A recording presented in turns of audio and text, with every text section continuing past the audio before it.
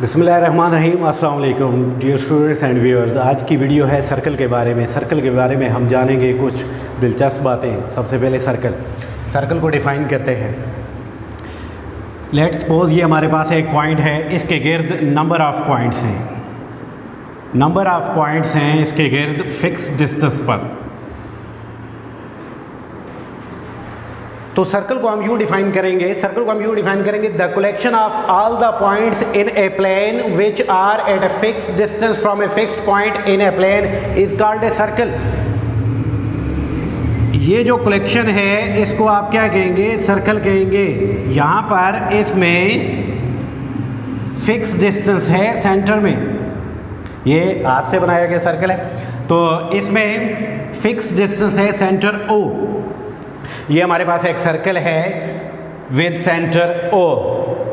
Circular shape में और sphere में ये फ़र्क होता है कि सर्कुलर शेप जो होती है ये 2D होती है, जबकि स्फेयर जो होता है ये 3D शेप होता है, जैसे फुटबॉल बॉल हमारे पास होती है।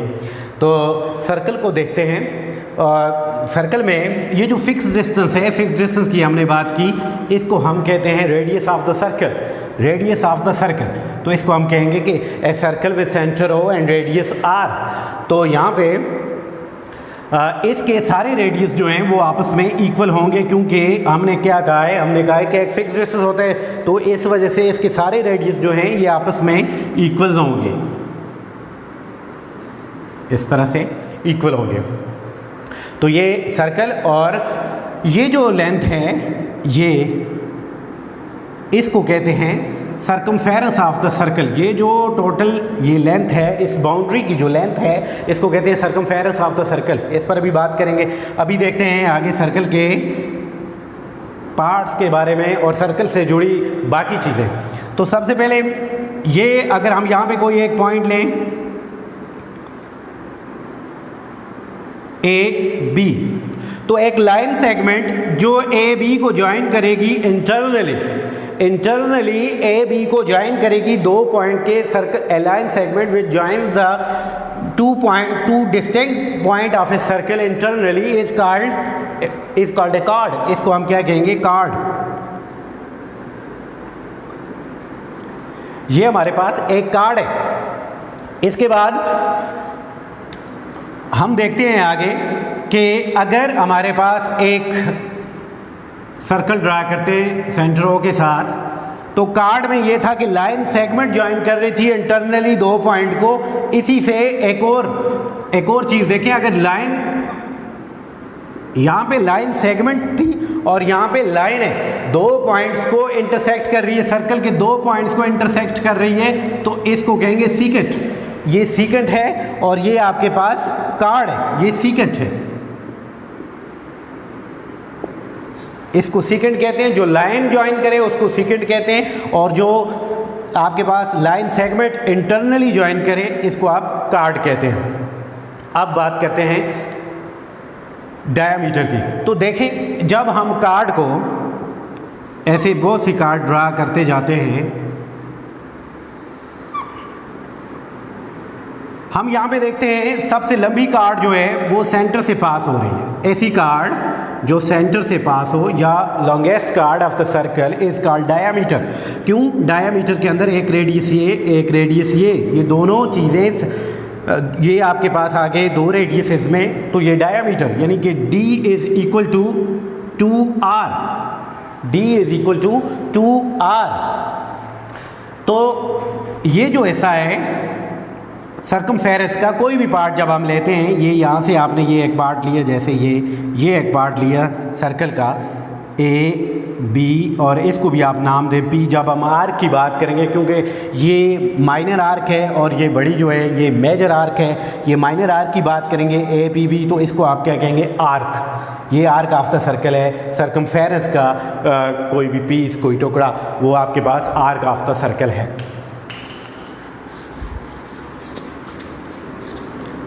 अब हम आते हैं सर्कमफेरेंस की तरफ। सर्कमफेरेंस जैसे मैंने कहा लेंथ ऑफ द बाउंड्री है, पेरीमीटर ऑफ द सर्कल भी आप इसको कह सकते हैं। ये एक सर्कल है O के साथ, सेंटर O के साथ, इसकी सर्कमफेरेंस फाइंड करने का फार्मूला क्या है, C is equal to 2 pi R, या आप इसको यूँ लिख सकते हैं क्योंकि D is equal to 2R होता है, तो यहाँ हम लिख सकते हैं C is equal to pi D। अच्छा, यहाँ पे हमारे पास बात आ गई पाई की। जिस तरह P इंग्लिश अल्फ़ाबेट में 16वां लेटर है, इस तरह से पाई ग्रीक अल्फ़ाबेट में 16वां लेटर है। पाई को जो वैल्यू यहाँ पे दी, पाई की वैल्यू हम क्या लिखते हैं, पाई की वैल्यू हम कहते हैं कि पाई जो है ये इक्वल है 22/7 के, या हम इसको यूँ लिखते हैं, लेकिन इसकी यहाँ पे ये एग्जैक्ट वैल्यू नहीं लिखते, 3.14 सिर्फ लिख देते हैं क्योंकि ये एक इर्रेशनल नंबर है। इसको हम यहाँ पे नॉन टर्मिनेटिंग नंबर है तो हम इसको ऐसे नहीं लिख सकते, तो हम सिर्फ 3.14 लिख देते हैं।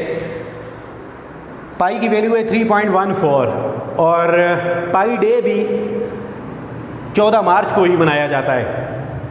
और पाई के हवाले से ख़ास बात ये भी है कि ये चूँकि इसका पाई डे मनाया जाता है 14 मार्च को, और इसी दिन एक जीनियस साइंटिस्ट आइंस्टाइन की भी डेट ऑफ बर्थ यही है कि 14 मार्च 1879 आइंस्टाइन की भी डेट ऑफ बर्थ यही है। तो पाई जो है ये 3.14। सर्कल से जितने भी एरिया, जितनी भी कैलकुलेशंस आप करेंगे उसमें पाई का इस्तेमाल करना पड़ेगा।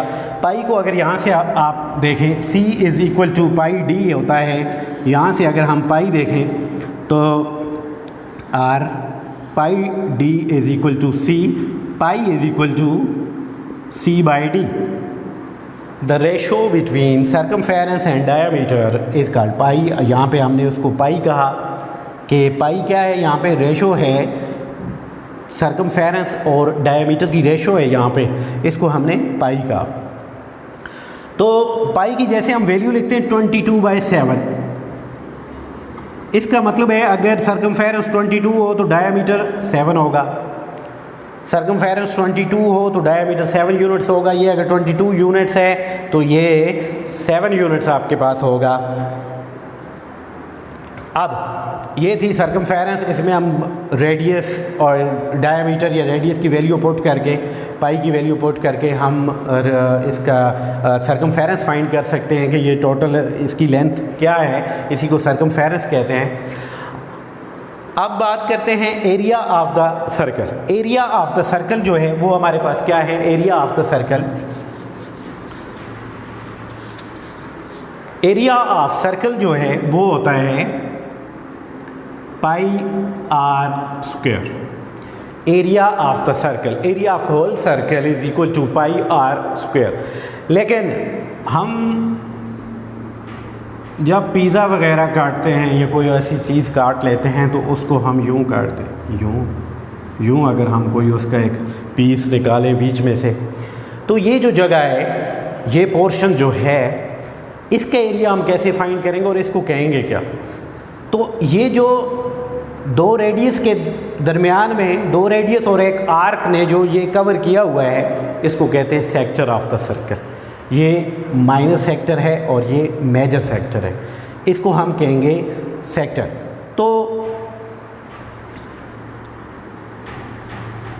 O A B और यहाँ पे P आप लिखते हैं, ये आपके पास सेक्टर है, एरिया ऑफ द सेक्टर। तो एरिया ऑफ सेक्टर का फार्मूला क्या होगा, area of sector is equal to area of whole circle pi R square multiply by area of whole circle multiply by theta over 360, क्योंकि यहाँ पे जो angle बनेगा इसका हमें पता होना चाहिए।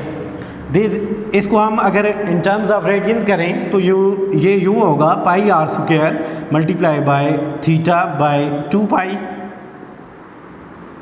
थीटा बाय 2 पाई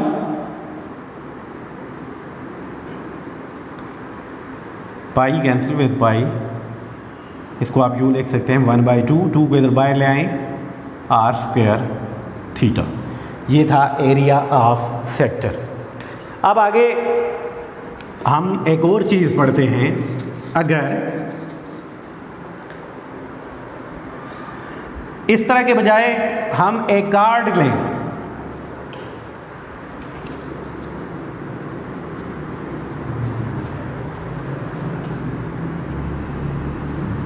ये एक कार्ड लें, तो कार्ड के अंदर जो एरिया इनक्लोज्ड है, कार्ड और इसकी करस्पॉन्डिंग आर्क से जो एरिया इनक्लोज्ड है, इसको हम क्या कहेंगे? इसको हम कहेंगे segment, area of segment. Area of segment find करने के लिए हम ये करते हैं कि यहाँ पे रेडियस ड्रा करके,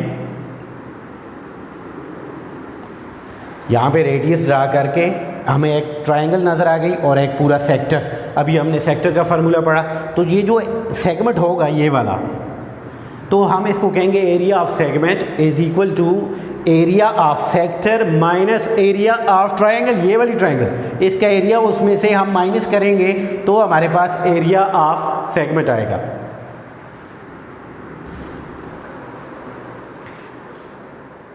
ये थी सर्कल के मुतालिक कुछ चीज़ें।